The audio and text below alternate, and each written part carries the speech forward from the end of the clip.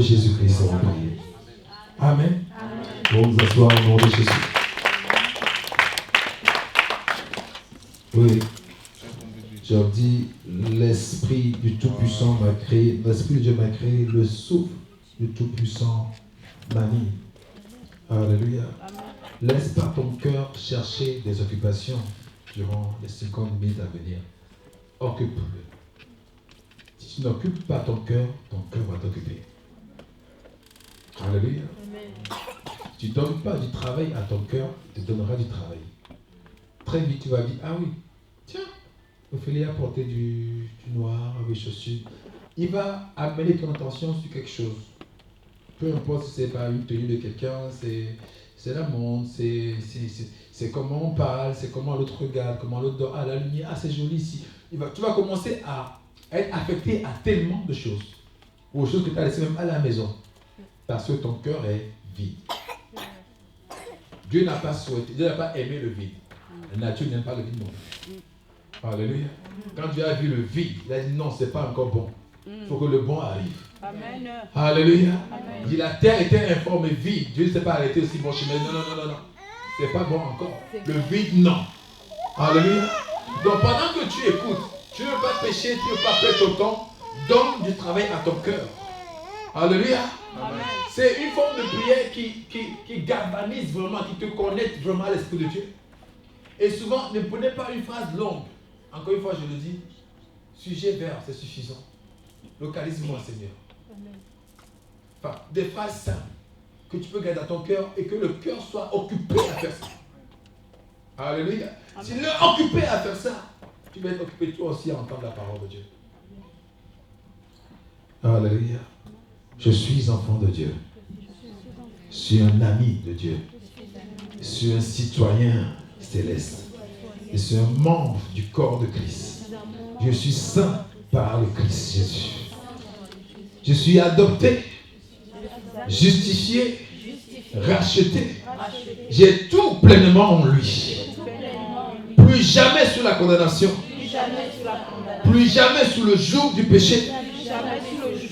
Plus jamais sous le joug de l'échec. Plus jamais sous le joug de l'échec. Plus jamais sous le joug des démons. Plus jamais sous le joug des démons. Plus jamais sous le joug de la maladie. Plus jamais sous le joug de la maladie. Plus jamais sous le joug de la mort. Plus jamais sous le joug de la mort. Plus jamais sous le joug de la peur. Plus jamais sous le joug de la peur. Je suis établi. Je suis établi. Oint. Et scellé par le Saint-Esprit. Celui qui a commencé une si bonne œuvre dans ma vie, la poursuivra. Et l'achèvera. Au nom de Jésus-Christ. Au nom de Jésus-Christ. Amen. Genèse chapitre 3, verset 9. On ne va pas se priver d'un temps de parole. Genèse chapitre 3, verset 9.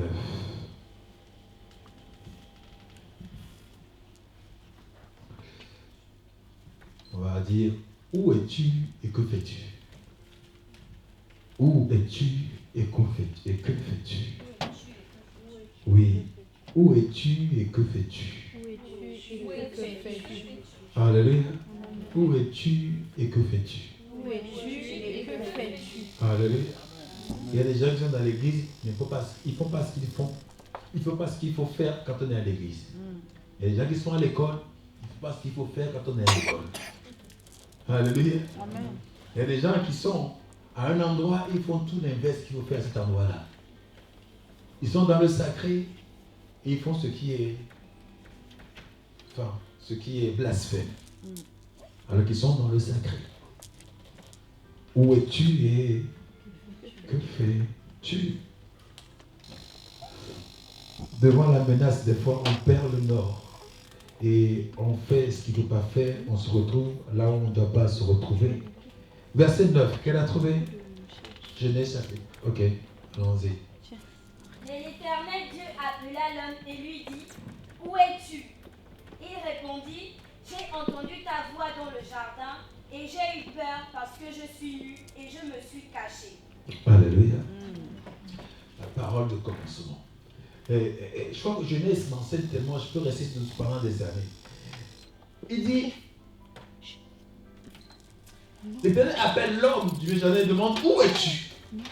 Et l'homme dit, j'ai entendu ta voix et j'ai eu peur et je me suis caché parce que je suis nu. Bon, maintenant vous savez tous que Dieu est omniscient, savait que l'homme a péché. Ça veut dire que l'homme découvre du coup qu'il était nu. Ça veut dire que l'homme allait se cacher. Ça veut dire que l'homme n'allait pas venir à leur rendez-vous. Et pourtant Dieu est venu à son rendez-vous. Sans confiance, il n'y a pas de business. Vous savez, sans confiance, il n'y a pas d'affaires. Il n'y a pas le début d'un business. Ça n'existe pas. C'est là où Dieu est numéro 1. Dieu savait que l'homme allait fausser compagnie. Que l'homme allait se défiler. Pourtant, Dieu était présent. Alléluia. Amen. Même au temps de prière, quand il te commence à 3 du matin, te réveille. Il faut que tu pries. Que tu Dieu était là. Retenez ça, que Dieu il est là. Il y a un chant qui dit Dieu est capable de faire. Le chanteur dit que Dieu a été là. Il a toujours été là, mais lui ne s'est pas rendu compte. Alléluia. Amen. Dieu est là et il sera toujours là, même si toi tu ne te rends pas compte. Et quand Adam a fait le constat de sa vie, pour lui c'est fini. Pour Adam c'était fini. Lui-même disait que c'est fini. Dieu a dit quoi? Le jour où tu manges, c'est fini. N'est-ce pas? C'est Dieu qui a dit le jour où tu manges, c'est fini. Et pourtant, celui qui a dit c'est fini, celui qui a dit je suis la vie et la résurrection. Amen. Celui qui a dit c'est fini vient encore à son rendez-vous. S'il était vraiment fini, Dieu ne savait pas se porter au rendez-vous. En fait, c'est fini quand on n'a plus de rendez-vous avec Dieu. Alléluia. Puisque c'est lui, celui qui n'a jamais commencé, commence toutes choses. Donc une fois que tu as rendez-vous avec lui, tout peut encore commencer. Alléluia. Amen. Adam dit non, j'ai plus peur, je me suis caché parce que j'étais nu.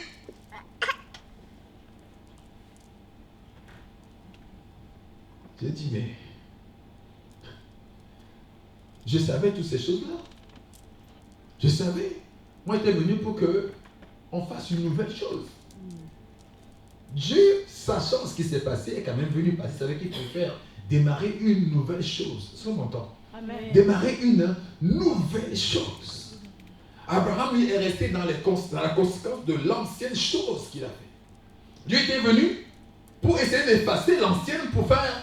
D'ailleurs, quand Dieu est venu, il a vu que l'homme s'est précipité de trouver quelque chose, enfin une manière de se.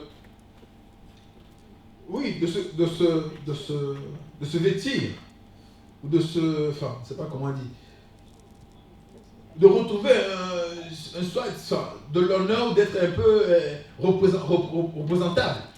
Et donc, il vient, il se couvre avec des feuilles. Dieu voit ça, que l'homme s'est débrouillé par lui-même pour se faire un vêtement. Dieu a fait le sien. Alléluia. Qui est de meilleure qualité. Il a pris la peau d'un animal et a vêtu l'homme.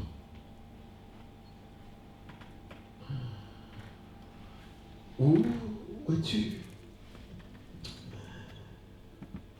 Quand il y a un chant qui dit je ne suis plus un enfant de la peur ou de l'esclave, je suis enfant de Dieu. Alléluia. Dans le Nouveau Testament, nous applique ça plusieurs fois. On peut comprendre que personne en Christ n'a reçu un esprit de crainte pour être encore dans la servitude. Retenez ça, que la servitude ne vient que quand on a d'abord un esprit de crainte. Alléluia. Amen. Pharaon dominait ces gens-là parce que ces gens-là avaient peur de Pharaon. Alléluia. Amen. Alléluia. Amen. Jusqu'à ce que tu arrives dans le sentiment de la peur, tu n'es pas encore assujetti. Tu n'es pas encore asservi. Et il dit, nous n'avons pas reçu, personne n'a reçu un esprit de crainte pour être encore dans la servitude. Dans Romains 8, il dit ça. Mais dans 2 Timothée, je crois, il dit à Timothée que tu n'as pas reçu un esprit de timidité, mais un esprit de force, ou d'hardiesse, de sagesse et d'amour que tu as reçu. Il dit, lorsque les temps sont accomplis, Dieu a envoyé dans nos cœurs l'esprit de son Fils qui crie Abba Père. Galates. Il dit, lorsque les temps sont accomplis, Dieu a envoyé, puisque vous êtes des fils, Dieu a envoyé dans votre cœur l'esprit de son Fils, pas l'esprit de son enfant. Écoutez, l'esprit n'a pas d'âge. L'esprit Dieu a envoyé en toi, c'est l'esprit déjà dans la gabarit de Christ. C'est pas un esprit petit qui va grandir. C'est toi qui es petit qui va grandir. Mais l'esprit que Dieu a envoyé, c'est un esprit à la mesure, à la stature de Christ déjà. Amen. Oh, Avance, avance. Come on. Il dit, lorsque les temps sont accomplis, Dieu a envoyé dans vos cœurs, puisque vous êtes des fils, Dieu a envoyé dans vos cœurs pas l'esprit de son enfant, mais l'esprit fils. Amen. Il n'y a pas l'esprit enfant. L'esprit que Dieu a envoyé, c'est l'esprit fils. C'est pour ça qu'il dit que nous avons tout pleinement en lui. Parce que l'esprit en toi, c'est l'esprit fils. Et le fils, c'est lui qui demeure dans la maison, ce n'est pas l'étranger. Alléluia. Beaucoup parlent trop de Moïse. Et c'est mauvais. Parce que Moïse, ce n'est pas le fils de la maison. Il y a ces prédicateurs-là qui aiment trop parler de Moïse. Limite, il met ça à la même table que Jésus. C'est du blasphème. La personne qui demeure dans la maison, c'est le fils. Moïse, c'est un serviteur. Il dit là, le serviteur ne demeure pas dans la maison, mais le fils, oui. Car tout appartient au fils. Amen. Donc, entre le fils et le serviteur, il n'y a pas match. Le fils dit, la grâce est venue et la vérité par moi. La loi est venue par le serviteur. Mais beaucoup aujourd'hui mettent le serviteur à la table du fils. Alléluia. Amen.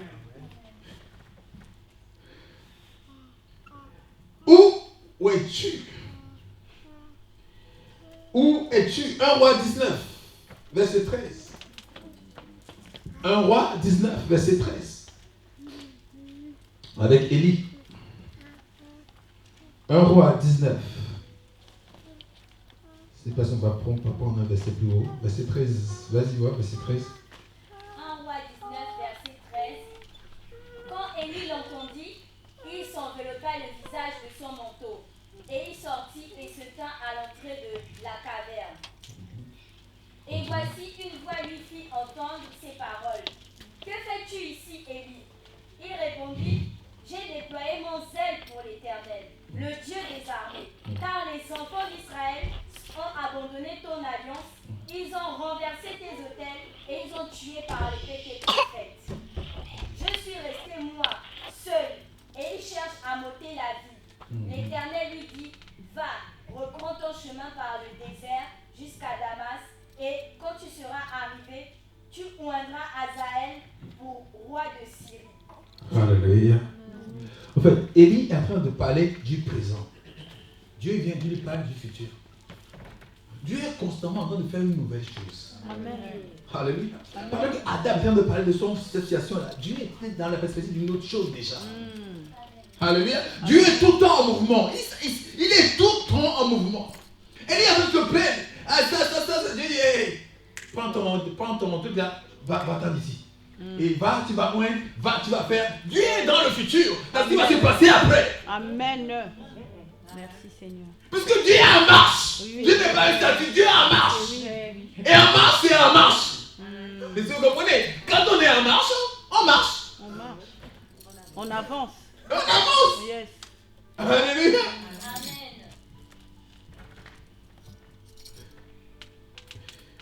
Et il dit, d'ailleurs, quand vous lisez le premier verset du chapitre 19, vous allez comprendre pourquoi Élie a commencé à prendre la fuite. Élie a vu aussi la menace, de même que Adam écoutait la menace, en disant que Dieu a dit, le jour où je mangerai ça, je meurs. Et celle qui vient de manger ça, puis entend la voix de Dieu. Qu'est-ce qui se passe dans son cœur?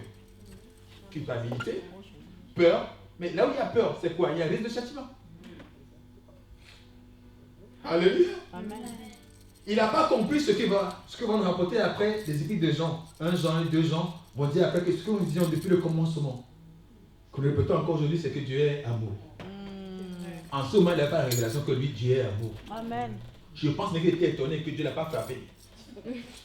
Dieu a juste cousu. Oh ben, si. Vu la peur qu'il avait, s'il savait qu'on allait coudre un meilleur vêtement, il serait là. Il aurait été au rendez-vous. Amen. Alléluia. S'il savait qu'on allait bien le traiter, il aurait été au rendez-vous. Même à l'heure, peut-être avant même l'heure. Et j'allais l'attendre. Seigneur, Seigneur, j'ai péché comme toi, Seigneur. Oui. C'est ça là. Je dis, je sais que quand vous péchez, n'attendez pas de faire une pénitence. Ça n'existe pas.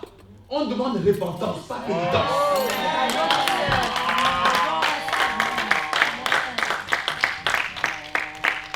Il y a ça, j'ai péché et puis je vais jeûner pour me faire pardonner. Non.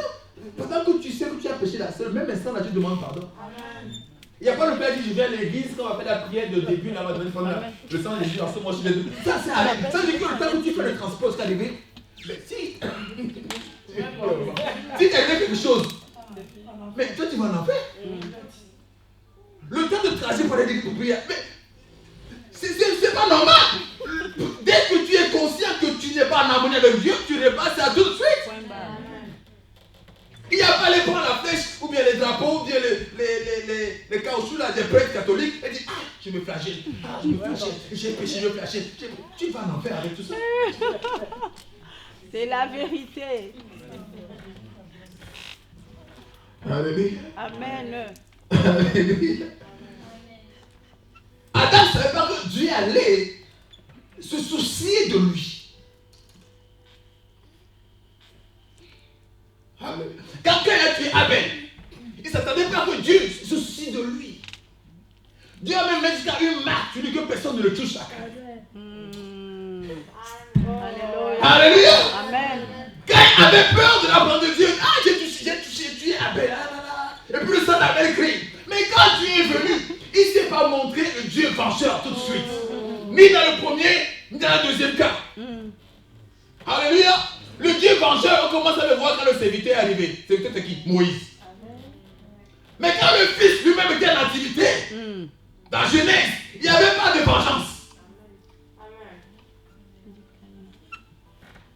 Alléluia. Amen. Abraham a discuté, il dit, mais Sodome et Gomorrhe, ok, mais si de 10 cas, s'il y a un, s'il y a un, je ne détruirai pas. Dieu dit, je ne conteste pas toujours. Alléluia. Je suis le Dieu, je ne conteste pas toujours. Je ne conteste pas toujours. Et Adam a vu qu'il y a une menace qui plane. Dieu va couper la tête. C'est la mort. Et donc, il y avait la culpabilité parce que j'ai fait une faute, la peur parce qu'il y a un châtiment. Et donc, qu'est-ce que j'ai fait? Je quitte la présence de Dieu. C'est là où tu meurs. En fait, tout ce qui t'amène à quitter, c'est là ta mort. C'est vrai. C'est vrai. Ce n'est pas ce que tu as fait. C'est quand tu t'absentes de sa présence. Alléluia. Je dis encore que le pécheur n'est pas banni de la présence de Dieu. Ça n'existe pas dans la vie. Alléluia.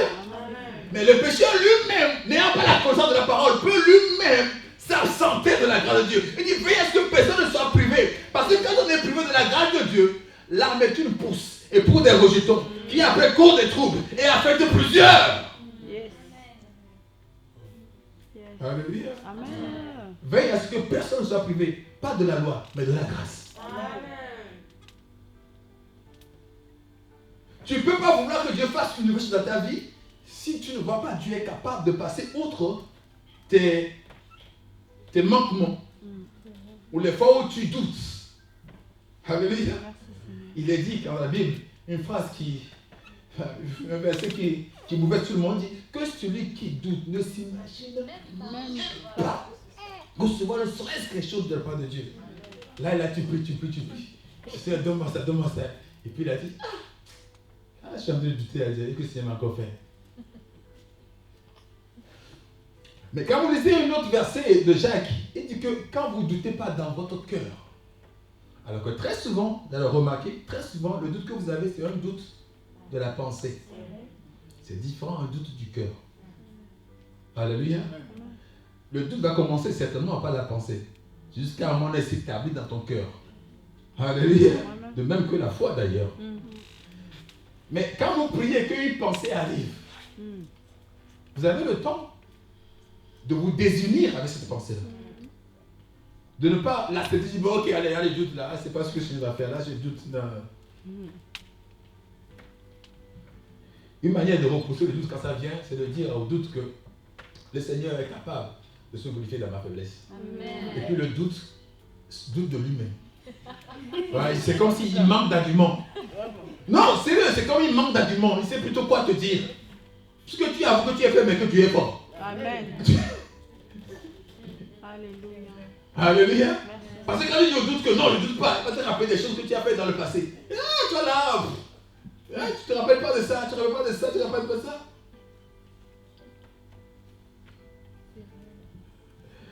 Alléluia. Amen.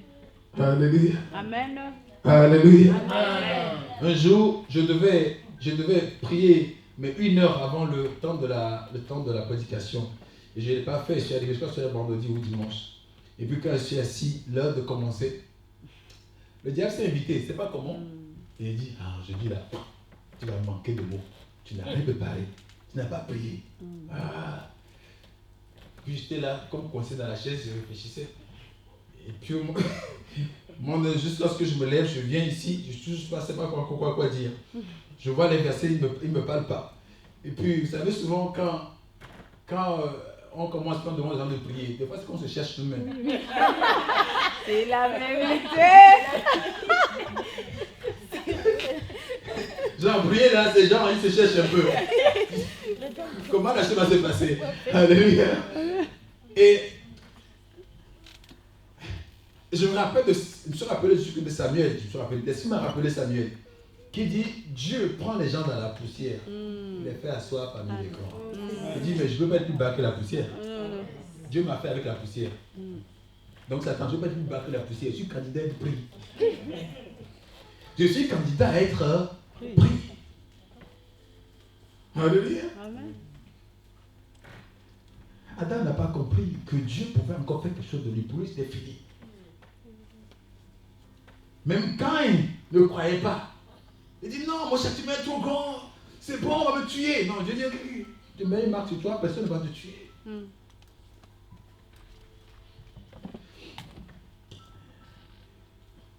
Oui. Ce que tu entends, la menace, c'est pour ça que je vous déconseille de regarder trop bien BFM TV. Parce que là-bas, il n'y a que des menaces. Et les menaces là affectent votre corps, votre vie sociale, votre foi. Même si vous dites que non, ça affecte. Mais c'est vrai. Alléluia. Si vous avez pensé il y a 2 ans de voyager en Europe de l'Est, en Pologne, machin là, vos rêves là, on sait que ça a diminué de 90%. Pourquoi? À cause de BFM TV. Alléluia. On a passé 3 ans à combattre le Covid, mais Poutine a arrêté le Covid tout de suite. Pourquoi? Parce que l'information a choisi que pour moi l'information majeure pour nous ça doit être la guerre. Donc Covid passe au second, même 3e plan. Il y a 600 000 cas, mais on est tous pas confinés. Alléluia. Et ça affecte. Du coup, avec ça, ta vie est modelée en fonction de ces informations-là. Tes perspectives d'emploi, tu ajoutes Covid. Même il y a des gens dans le CV qui mettent argument Covid.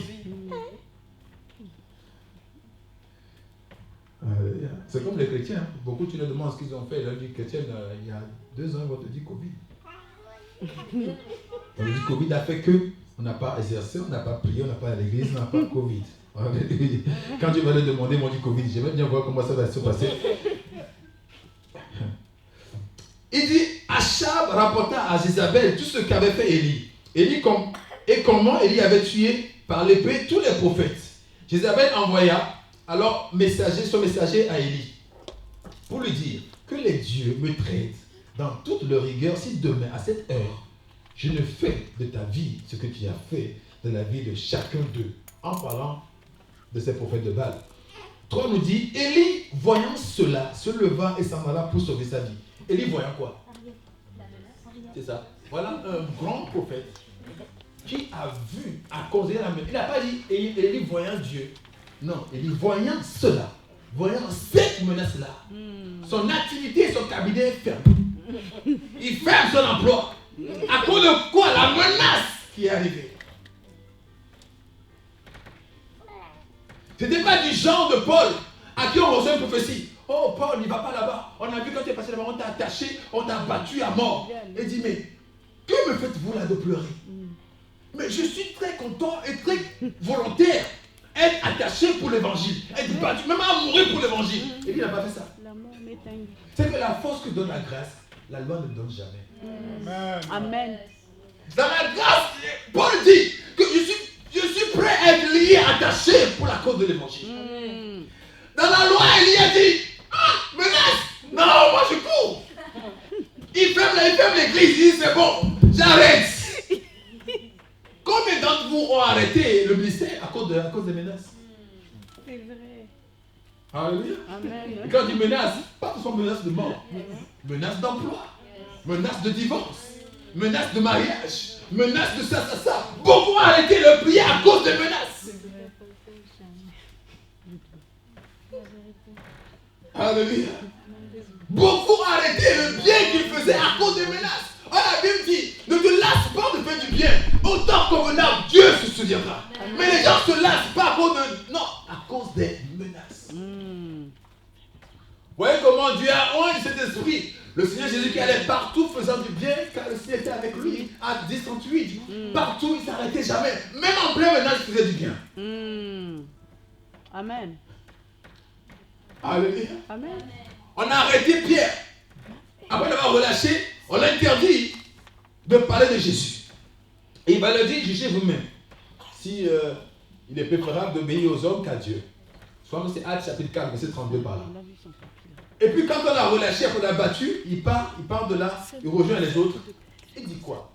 C'est ça ce qui est important. Qu'est-ce que Pierre dit? C'est encore contraire à ce que Élie a fait. Parce qu'Élie a fermé sa boutique et il s'en va. Oui, je dis boutique. Parce que c'est ça. Nous, on fait les affaires de Dieu. Jésus a dit, quand les papas et maman viennent interpeller pour dire, où es-tu? On te cherche, on ne trouve pas. Mais vous ne savez pas que je suis en train de faire les affaires de Dieu. Business of God. Donc, j'ai dit que je fais business, j'assume. C'est de l'affaire.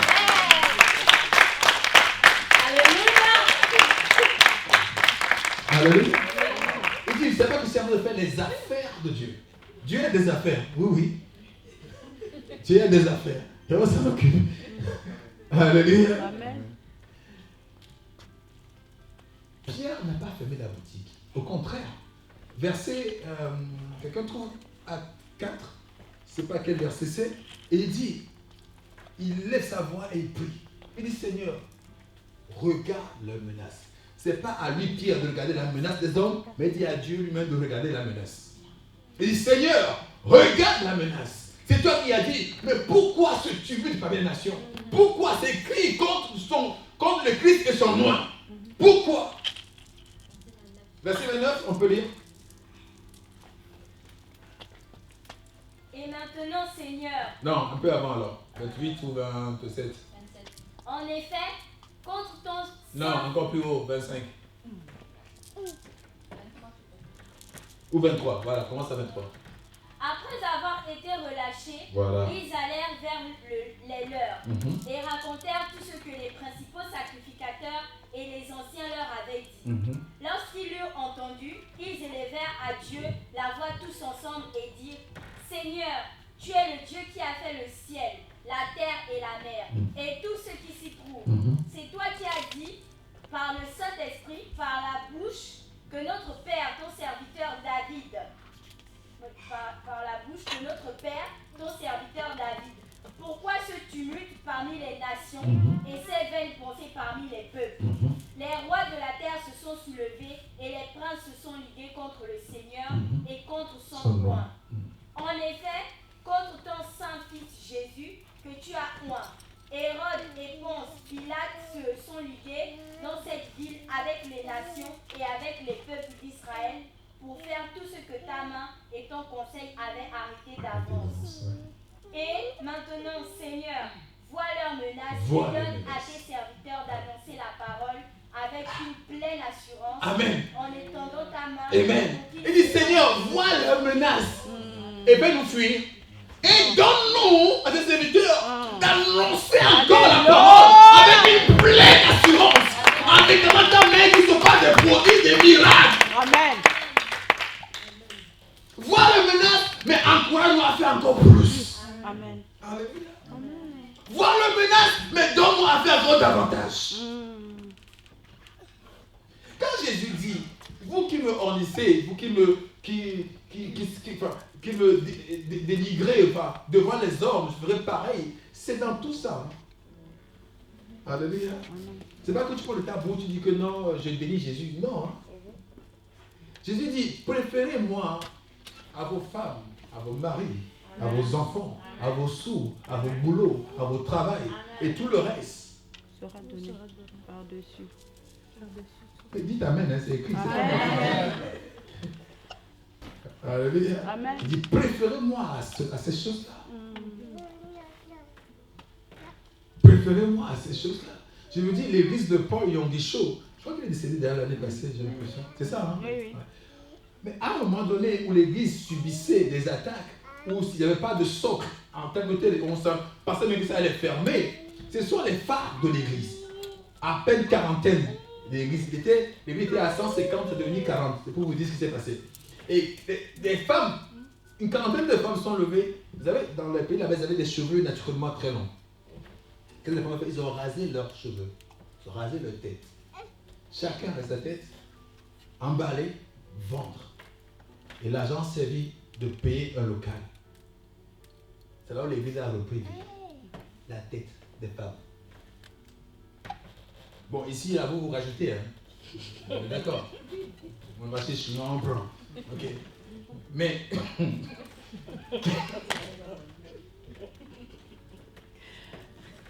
Je me dis, mais les femmes, là, elles ne savent pas que le beauté, c'est dans les cheveux. Mais elles savent.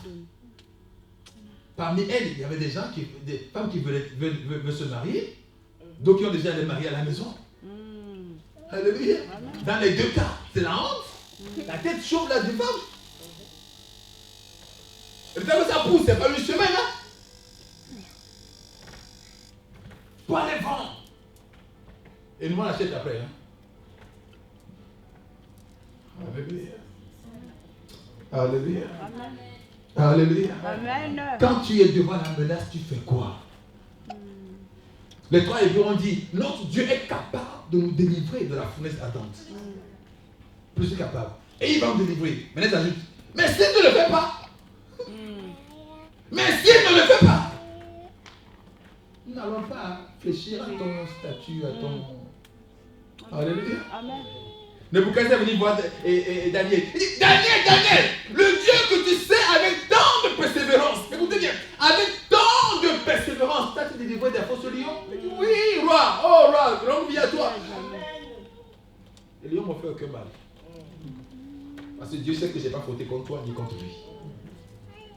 Mais le roi dit quoi? Le Dieu que tu sers avec tant de persévérance. On n'a pas un décret, on ne prie pas. En tout cas, on ne prie pas un autre Dieu que celui de Nebuchadnezzar pendant au moins 30 jours. Ou 2 semaines, je ne sais plus. Mais vous, aujourd'hui, on dit ça. Dieu est sage, Dieu est sagesse. On va attendre 30 jours passent. Et puis on va reprier après. On va obéir aux autorités. On attend que 30 jours passent. Non, on dit Daniel a attendu ça. Il rentre chez lui, il ouvre la fenêtre et il prie. Il sait ce qu'il attend, mais il le fait. Alléluia. Il sait ce qu'il attend, mais il le fait. Il dit, ceux qui connaîtront leur Dieu agiront avec force. Amen. Agiront avec force. Pierre dit, donne-nous, Seigneur, d'annoncer ta parole avec une pleine assurance. En étendant ta main qui se passe des guérisons, des prodiges, des miracles de tout genre par le nom de ton Saint Serviteur Jésus-Christ. Alléluia. Alléluia. Élie lui fuyait. Il écoute la menace et il fuit. Et quand Dieu le rencontre, il dit, mais que fais-tu? Que fais-tu ici? Ton cabinet c'était là-bas. Ton travail c'était là-bas. Alléluia.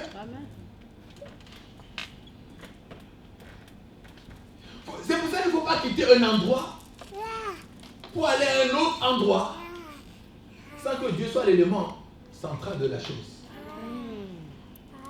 Et je plains les femmes qui voyagent ici pour en Australie à cause d'un homme aux yeux quoi dire, bleu, tu crois, oui. Bleu, voilà, voilà. Vous avez vu, non? Moi je vais en Australie, pourquoi? Là-bas les hommes au machin. Alléluia. Alléluia. Je dis, mais que fais-tu ici? Autrement dit, ben, ma protection ne te suit pas jusque-là. Vous savez, il y a ce qu'on voit comme juridiction spirituelle. D'accord? Et c'est ça qu'on sait vraiment le chapitre qu'on appelle la direction divine. Dieu te dirige là où il te protège. Alléluia. Là où il ne te dirige pas, sa protection n'est pas assurée là-bas. Chaque fois que Paul a été frappé, c'est le fois où lui-même a cru que Dieu l'a envoyé. Et chaque fois qu'il n'a pas été frappé, Dieu a testé qu'il l'a envoyé. À des fois, il rêve. Oh Dieu, j'ai vu que les Thessaloniciens m'ont fait une main comme ça dans le rêve. Donc c'est Dieu qui m'a dit d'y aller. Il est parti. On l'a battu.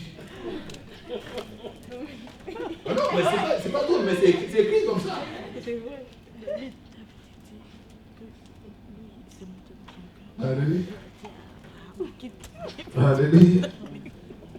C'est comme la sœur qui dit, un jour j'ai vu dans mon rêve que l'autre là c'est mon mari. Je dis, ben, ok, mais il est d'accord avec toi. Et une ploma avec sa femme. Il dit, quoi sa femme? Il y a une femme. Il dit, oui, mais la femme là, comment on dit, la femme là, c'est le... Il dit quoi?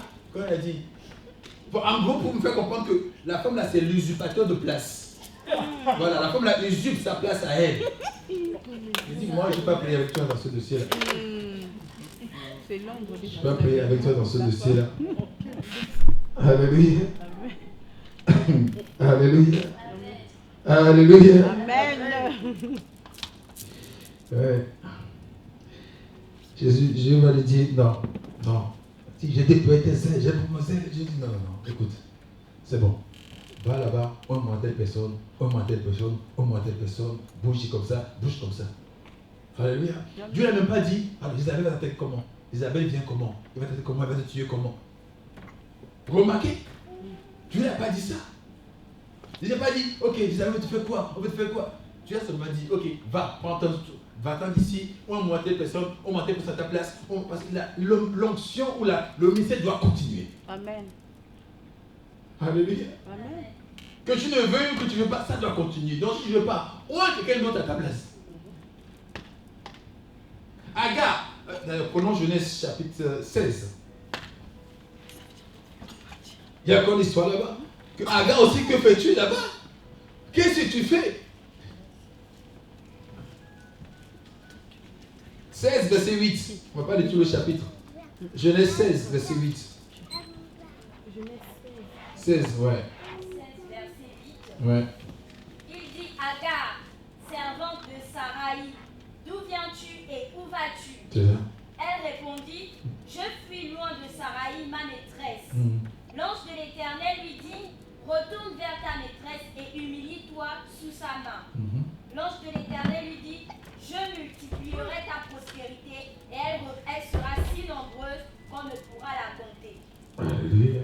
Amen. Agar a méprisé Sarah une fois qu'elle est devenue enceinte, bien avant que sa patronne soit enceinte. Et Sarah s'est fâchée. Il dit, mais celle-là que j'ai laissée sous ta couche me méprise maintenant. Abraham dit, mais c'est ta servante, elle est ton pouvoir. Fais comme tu veux. Donc Sarah l'a chassée. Étant aussi coupable, et fuyait loin de la présence de sa patronne. L'ange est venu lui dire, mais hey, où vas-tu là? Tu fais quoi? Au cas où tu ne sais pas, nous, notre planning avec toi, dans notre planning, aujourd'hui, là, tu es encore chez Sarah. Tu n'es pas censé être ailleurs. Alléluia. Dans notre plan, aujourd'hui, tu es encore sous Sarah. Donc, retourne là-bas. Et s'il faut t'humilier, humilie-toi. Mais dans tout ça, il y a une bonne nouvelle. Il dit, ta descendance, je vais l'agrandir. Je vais le multiplier. Il va devenir énorme. Alléluia. Je vais la multiplier, elle va devenir énorme. C'est souvent ça, quand on a peur, Alors que derrière ça, il peut y avoir une très bonne nouvelle pour nous. Si tu es en train de prier et que tu sens la peur, je ne sais pas, tu invoques tout sauf Dieu. Chaque fois que Dieu vient, il calme tout de suite. Il dit, recevez la paix. Je vous donne la paix, pas comme le monde le donne. Alléluia. La paix, c'est une des caractéristiques pour que l'homme, quelqu'un sait qu'il est dans la direction divine. Quand Dieu te dirige, même te dirige dans, je ne sais pas moi, dans quelque chose qui semble être un chaos, tu dois avoir la paix. C'est un sentiment, tu dois avoir ça intérieurement. Pas qu'il y ait la paix autour de toi. Je ne dis pas ça. D'ailleurs, il dit, on vous envoie comme des brebis au milieu des loups. Vous voyez le schéma? Ok, pas qu'il y ait la paix autour de toi, mais il y a la paix en toi. Il dit que votre cœur ne se trouve pas, croyez en Dieu. Donc la paix, c'est question de dans le cœur. Alléluia. Et donc si tu es dans une direction et qu'il n'y a vraiment pas de paix du tout, ben lance-la, calme-toi et prends le temps parce que si ça se trouve, Dieu n'est pas avec toi. Alléluia. Dans le chapitre de direction divine, la paix est un élément capital pour savoir si Dieu est en train de te diriger ou toi-même tu te diriges. Il dit quand je marche dans l'ombre de la vallée de la mort, c'est quand moi-même je marche, d'accord? Mais quand lui me dirige au précédent, il me dit toujours vers des courants paisibles.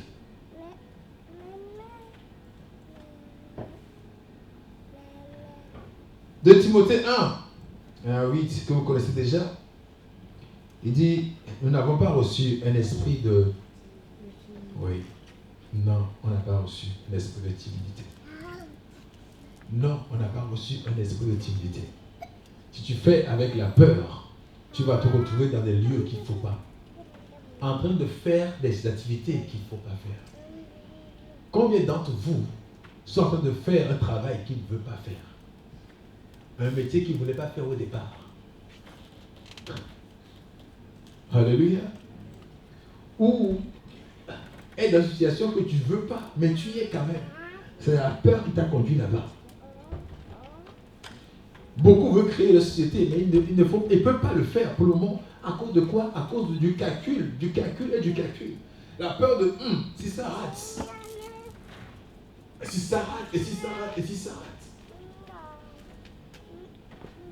Il dit, ne vous rappelez plus des choses passées. Je vais faire, d'ailleurs il est dit en 2 Corinthiens 5, 17, non, que ceux qui sont en Christ sont une nouvelle. Et que les choses anciennes sont passées. Et que le voici s'applique à chaque jour que tu te lèves. Le voici s'applique chaque jour qu'on se lève. Chaque jour, on dit, Dieu visite son peuple chaque matin. Donc quand chaque matin te visite, c'est que chaque matin, c'est voici. Chaque matin, c'est le voici de Dieu. Chaque matin. Tu es dans le voici de Jésus-Christ, mais chaque matin. Tu as retenu que j'ai dit matin, pas midi. Hein? Chaque matin. Alléluia. Chaque matin. Donc quand Dieu vient te voir, il vient le matin. Alors il te trouve, ou en tout cas, il vient le matin. Alléluia. Le matin. Voici le matin. Voici le matin. Et là, si toi, je dois te poser la question, par exemple, de savoir où est-ce que je suis et qu'est-ce que je fais, est-ce que tu vas trouver que tu es à l'endroit et que tu es dans l'activité qu'il faut? Il a dit quoi à Marthe, je crois, Marthe? Tu t'agites là, tu fais ça. Alléluia. Tu en fais beaucoup, ne même plus trop. Il y a une part essentielle que tu ne fais pas. Et ta sœur a choisi cette bonne part.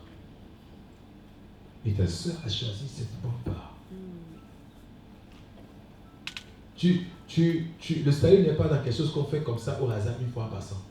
Le salut est dans quelque chose qu'on fait consciemment et qu'on le répète. Alléluia. Je répète. Le salut n'est pas dans quelque chose qu'on fait au hasard, comme ça, occasionnellement en passant. Le salut est souvent dans quelque chose réfléchi qu'on fait progressivement, consciencieusement. Et un serviteur de Dieu a dit que le Saint-Esprit, quand tu le demandes, c'est une demande consciente. On ne reçoit pas le Saint-Esprit par hasard. C'est un démon qui a dit comme ça. Par hasard. Le Saint-Esprit ne vient pas par hasard, il vient quand il est invité. Alléluia. Amen. Il vient quand il est désiré, quand il est invité. Oh, je marche dans la rue et puis l'esprit, paf, m'est venu comme ça. Ce soir, c'est un démon. Quand l'esprit vient, il toque à la porte. Alléluia. Et tu le ouvres, il rentre. Dieu rentre, il prend du temps avec toi. Et on ne peut pas juste vouloir faire le christianisme, genre, c'est toujours, oh, enfin, je fais rien, et puis on m'a donné de faire quelque chose. Non, ça ne marche pas comme ça. C'est un prix consciemment payé, si tu veux. Si tu veux servir le Seigneur, tu le fais consciemment. La Bible dit qu'il a purifié notre conscience. Pourquoi? Parce que notre conscience a besoin d'être utilisée dans le service.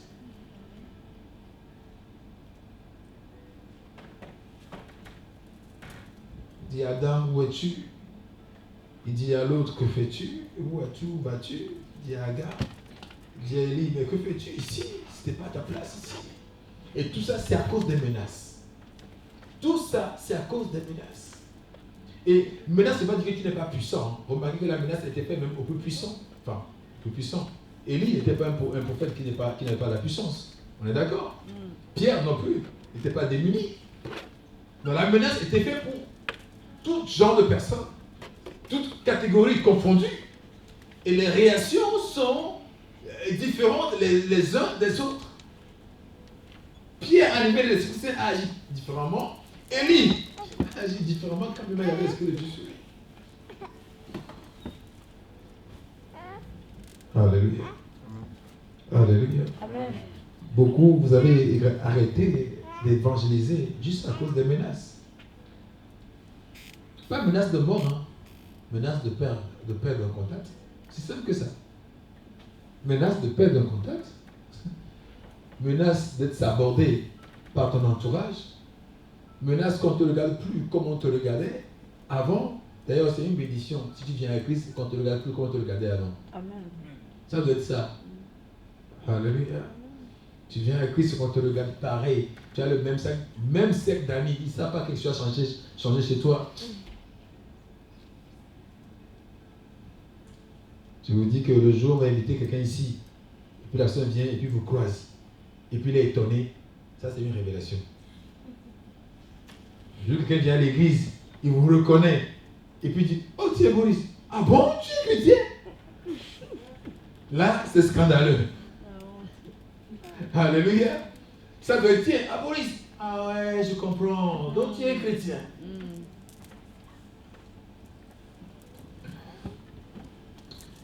Élie a reçu un ministère glorieux qu'il n'a pas fini. Pierre a reçu un ministère glorieux qu'il a fini. Alléluia. La différence, c'est la réaction que chacun a vis-à-vis des menaces. Il n'y a pas un chrétien qui n'est pas menacé. Chacun qui a sa foi est menacé. Tout le monde est menacé. En tout cas, dans ta foi, il y a une menace quelque part qui arrive. Comment tu vas le gérer? Comment tu vas le traiter? Alléluia. C'était ces menaces de la maladie qui gangrènent un corps, qui rongent un corps. Menace d'un enfant qui est malade ou d'un papa qui est malade. Il y a une menace partout. Mais qu'est-ce que tu vas faire avec cette menace? Vas-tu fuir? Vas-tu rester? Et si tu restais, comment tu vas rester? Paul a dit, j'ai travaillé plus que tout, toutefois pas moi, mais la grâce de Dieu. Et j'ai compris que la grâce de Dieu nous permet de travailler beaucoup plus que même si on était dans une autre dispensation. Alléluia. C'est une force. Quand tu es menacé, fais recours à la grâce. Fais recours à l'Esprit de Dieu. Il dit, approchons-nous donc du trône de la grâce afin d'obtenir. Ah, vous ne connaissez pas ce verset? Afin d'obtenir miséricorde. Oui. Et de trouver grâce. Et de trouver grâce. Pour être secouru en temps de besoin. Trône de la grâce. Approchez-nous donc du trône de la grâce. Approchez-nous donc du trône de la grâce. C'est merveilleux, c'est vrai que chaque fois que je vais près du Seigneur, je suis devant un trône. Le baiement de Dieu. Il y a deux baiements. Il y a le baiement du jugement, trône de jugement, mais là on dit trône de grâce. Donc tu sais par avance que ce que tu vas obtenir, hein, c'est grâce. C'est trône de grâce. Tu sais par avance que tu vas obtenir là-bas, c'est des facultés qui te permettent d'avancer. Dieu est en train de faire une nouvelle chose. 2022 ou cette année, ou même d'ailleurs, j'ai remarqué que Dieu ne compte même pas les choses comme on compte. Hein? Nous comptons année 2022, 2021. Dieu il compte pas ça. Il compte les choses quand il débarque. La chose commence quand il débarque. Ça s'arrête quand il part. Chaque fois qu'il vient, c'est un chapitre nouveau. Chaque fois qu'il vient, c'est un chapitre. Chaque fois qu'il vient, c'est un chapitre. Alléluia. Alléluia. Amen. Ne prenez pas exemple sur Élie, ni sur Agar, ni sur d'autres personnes. Prenez exemple limite sur Pierre. Il a dit, Seigneur, voilà une menace et donne-nous de faire davantage. Ça va être ça notre prière. Alléluia. Peut-être que la menace de toi, c'est les finances. Les finances font tellement de ravages que les chrétiens font exprès de saboter Dieu. À cause des finances. À cause des finances. Il y a des chrétiens qui sont capables de donner des excuses comme quoi Dieu a dit à Moïse, qu'est-ce que tu as dans la main? Et donc eux aussi, qu'est-ce qu'ils ont à leur porter? Qu'ils ont à leur porter, il faut le faire. Il faut le faire fructifier pour amener de l'argent. Je ne vous choque pas si je dis que si tu prends un chrétien sur deux aujourd'hui, son Dieu c'est l'argent. Alléluia. Un chrétien sur deux, hein, son Dieu c'est l'argent. Oui, son Dieu c'est l'argent. Je ne parle pas par rapport des 10 000 offrandes, non, rien à voir. Mais son Dieu c'est l'argent. Comme le mal qu'il peut se donner. Au fait, parce que, en fait, je médite il y a 2 jours et je remarque qu'on n'arrive pas à se supporter. C'est-à-dire, les enfants de la même maison ou de la même foi n'arrivent pas à se supporter. Bon, regardez maintenant là où ça, le bas blesse. C'est que vous y arrivez à supporter vos collègues au travail. Ils n'ont pas la même foi que vous. Ils sont des fumeurs, des gens qui ont de mauvaises vies, qui parlent mal, un langage grossier. Longueur de journée, en une phrase, il peut sortir au moins 4 mots vulgaires. Mais vous êtes là. Chaque jour, vous passez 8 heures de temps avec la personne. Pourquoi? Le Dieu de l'argent? Ne cherchez pas loin. Cherchez pas loin. Hein? L'argent vous donne de la motivation pour supporter. Vous êtes à l'aise de faire votre frère en crise. Peut-être en 2 mois, il te fait une chose mauvaise. Ça y est, tu es scandalisé, estomaqué, traumatisé, frustré, désemparé. On dirait qu'une épidémie s'est passée, s'est produite, et tellement que tu es affolé. Non, tu n'as pas le même courage pour supporter quand c'est pour l'argent. À cause du salaire là, tu vends ton âme. Tu supportes le méchant, mais tu ne supportes pas le juste. Alléluia. Le méchant ne fait que l'exercice de la méchanceté chaque jour. Le juste pour lui arriver à un moment donné de tomber. Mais le méchant, ce n'est pas qu'il tombe, c'est sa vie. Et pourtant, tu le supportes. Il y a même qui dit, oh, j'aime les païens, ils sont pour sincères. Il dit, mais c'est bizarre. C'est bizarre que tu sors ça.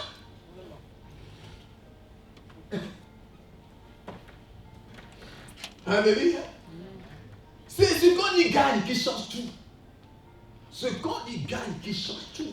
Il dit, un jour dans tes parvis vaut mieux que 1000 ailleurs. Et toi tu dis, non, c'est pas totalement vrai. Parce que les chrétiens aujourd'hui sont bizarres. C'est l'argent. Hein? C'est l'argent. C'est vraiment l'argent. On obéit le patron avant même qu'il parle à cause de l'argent. Pourquoi vous êtes en retard à l'église, vous n'êtes pas en retard au boulot? C'est l'argent. C'est la vérité. Je peux prendre tous les exemples, c'est l'argent. Vous savez que vous allez au boulot une fois, ok, on regarde. Deuxième fois, là, vous me demandez pardon avant qu'on vous pose la question. Parce qu'il y a l'argent dans l'histoire. Oui, oui. Alléluia. Oui. Quand vous êtes au boulot, vous n'allez pas aux toilettes 3 fois, 4 fois en 1 heure. Pourquoi? C'est l'argent. Oui, oui. Mais quand vous êtes devant le Seigneur, évidemment, on ne vous paie pas. D'ailleurs, on vous demande de payer les offrandes. Donc, oui. Alléluia. Donc, il dit, un chrétien sur 2, son Dieu, c'est l'argent. S'il prend sa vie, il réglemente, il note les choses, alors que non, c'est plutôt l'argent qu'il adore. C'est plutôt l'argent sur lequel il badine, pas du tout. C'est sur l'argent.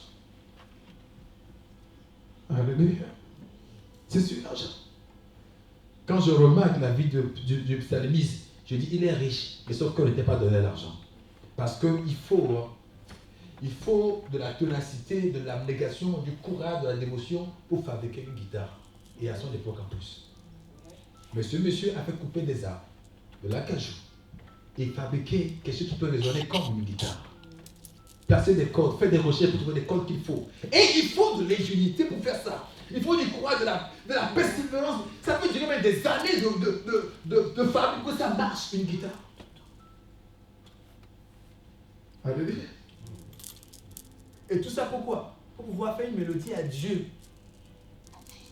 Sa recherche, c'était ça. Oh, tu peux trouver un truc là pour faire un son comme ça qui va être bon, Seigneur. C'est juste ça, ça recherche. Alléluia. Juste ça, ça recherche. Et quand Christ vient dire, si on veut chercher pourquoi l'église peut-être est pauvre, Jésus dit, cherchez premièrement le royaume de Dieu. Et personne ne le cherche premièrement. Si je demande tout à l'heure les choses de prière, personne ne va dire, Seigneur, je prie. Je veux qu'on prie pour moi. Pour que je cherche le royaume de Dieu. Pour que je gagne 10 ans cette année. Bon, tout à l'heure, il me dit pas ça après. Hein. Mais maintenant, j'ai dit la chose. Mais s'il n'y avait pas ça, personne ne me dit, Seigneur, prions pour moi pour que je gagne 10 âmes cette année. Non, ça ne va pas sortir. Mais que je trouve du boulot, que j'ai une voiture, que mon mari soit fait ça ou ma femme fasse ça, oui, on va entendre. En fait, l'église est devenue un marché, pas à cause du pasteur, pas à cause de vous. Parce que vous rappelez que des besoins charnels. Dans la Bible, on demande à Pierre, que faut-il faire pour hériter le royaume de Dieu? Ici, on demande, que faut-il faire pour gagner plus d'argent?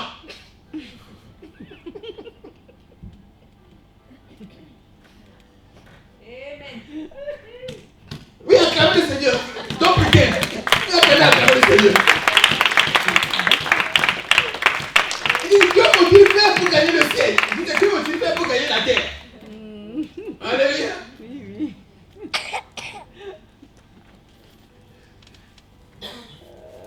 Alléluia. Amen. Moi, le pasteur s'est dit, bon, si quand ça me tient, si tu gagnes la terre, tu me donnes le... La dîme. On va se partager la terre, hein? Alléluia. Oui. C'est pour ça que tous les sujets passent bien à l'église, sauf le sujet de l'offrande. Parce que ça rentre dans un domaine où on ne touche pas. On ne touche pas. Il dit, cherchez premièrement le royaume. Et tout le reste sera donné au-dessus. Vous lisez bien cette phrase-là. Ce paragraphe, vous comprenez que en faisant ça, vous êtes un deuxième Salomon à émerger. Amen. Alléluia. D'une manière ou d'une autre, vous êtes un deuxième Salomon à émerger. À prendre Dieu en premier. À faire en sorte que ça marche pour Dieu en premier. Que ça marche dans le sens que Dieu le veut en premier. Et d'ailleurs, une chose aussi, on n'arrive pas à pardonner parce qu'on ne fait pas ça. Si on cherche d'abord le royaume, il y a quelle offense on ne peut pas pardonner au monde? Alléluia. Le deuxième, j'ai fait quelques jours de jeûne avant de commencer. Et soit le deuxième jour de mon jeûne, ça m'a dit, tu dois être prêt à pardonner à tous. Sinon, tu ne commences même pas. Alléluia. Et c'est comme si j'ai compris que faut que je pardonne avant que ça ne se produise. Comme ça, on n'en parlera pas. Alléluia. Si Dieu dit que ne doit à personne, si ce n'est que l'amour, c'est que le pardon ne doit pas te le demander, tu le donnes. Alors? Amen. Et puis pardon, c'est un choix que tu fais de pardonner. C'est pas parce que la personne, tu ne pardonnes pas les gens parce qu'ils sont pardonnables. Et tu n'aimes pas les gens parce qu'ils sont aimables. Non! Ça ne dépend pas des autres pour les aimer. Ça ne dépend pas des autres pour les pardonner. Ça dépend de toi et ta relation avec Dieu.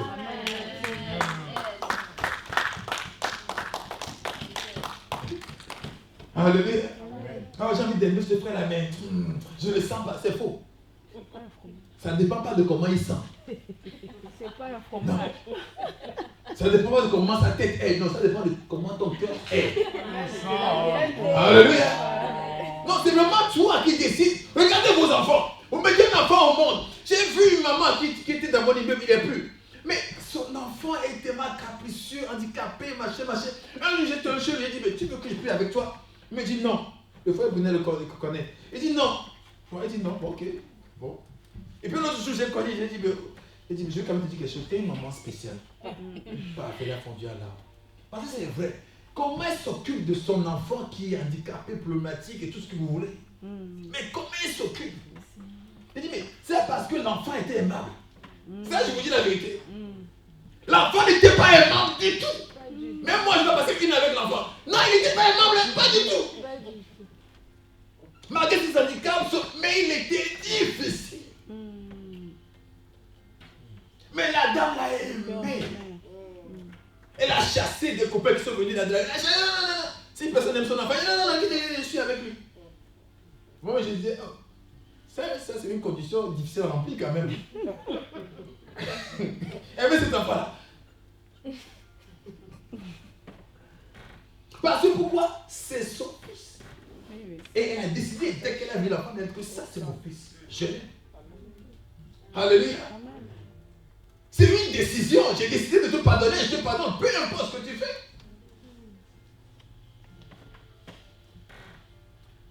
Alléluia. Alléluia. Ces choses-là peuvent nous éloigner longtemps des perspectives, longtemps là où on doit être dans le Seigneur. Longtemps. Et comme Pierre a prié, vois les menaces, Seigneur, mais donne-nous à nous de faire plus, de faire davantage, avec une pleine assurance. Alléluia. Quelqu'un te menace de quitter, quelqu'un te menace de partir. Ok, tu entends, dis Seigneur, vois les menaces, donne-moi de continuer. Alléluia. Donne-moi de continuer. Donne-moi de continuer. Au nom de Jésus-Christ. Au nom de Jésus-Christ. On va se lever, on va prier. Ouais, c'est un plaisir vraiment de vous voir. Et on va se lever et saluer encore une fois les bien-aimés qui sont venus avec le pasteur. Vraiment, on accorde le Seigneur très. Nous-mêmes, on a un pays, nous-mêmes, on dort. D'autres sont venus. Alors que les... Bon, allez, no comment. On va se lever. On va se lever. Je vais inviter le pasteur à venir nous faire la bénédiction finale.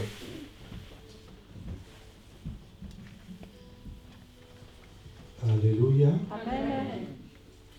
Nous avons tellement reçu. Nous avons tellement reçu.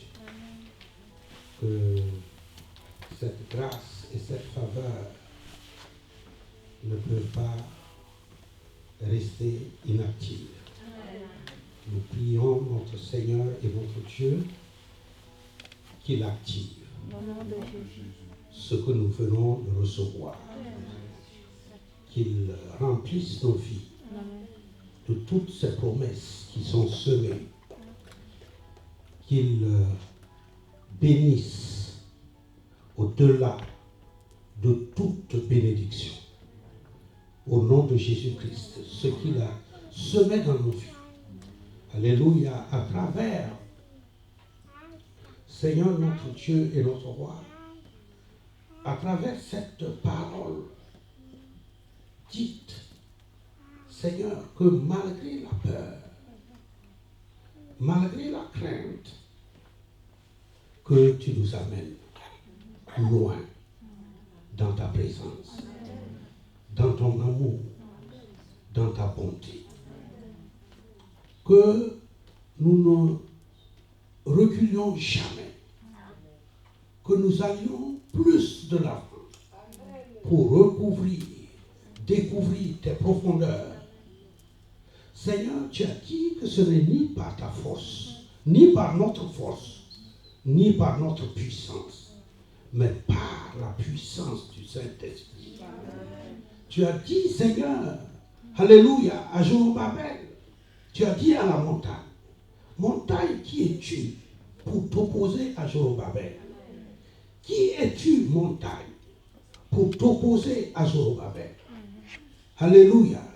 Et à Zorobabel, tu as dit, Seigneur, ce n'est ni par ta force, ni par ta puissance, mais par ton esprit. Alléluia. Tu as dit que nous recevrons le Saint-Esprit. Lorsqu'il viendra sur nous, il nous couvrira de sa puissance et nous serons tes disciples à Jérusalem, en Judée, en Samarie et jusqu'aux extrémités de la terre. Seigneur, c'est ce que nous voulons être.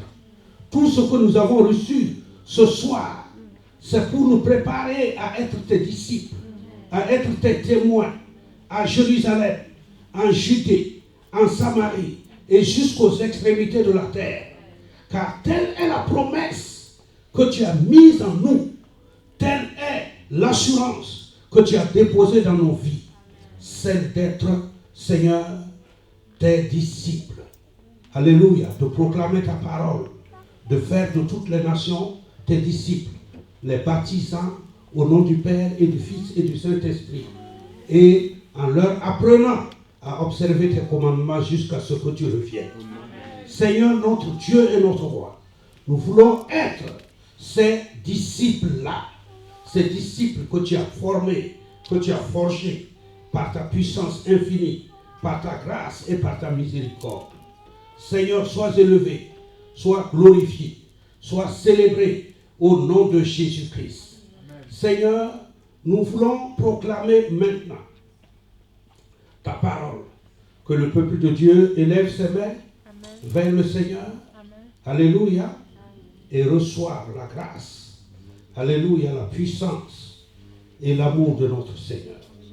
Vous voyez, je ne fais jamais de prière de clôture sans répéter ces paroles. Parce que ces paroles sont ointes. Ces paroles sont saintes. Ces paroles sont exactement appropriées pour renvoyer les enfants de Dieu sous la bénédiction de notre Seigneur.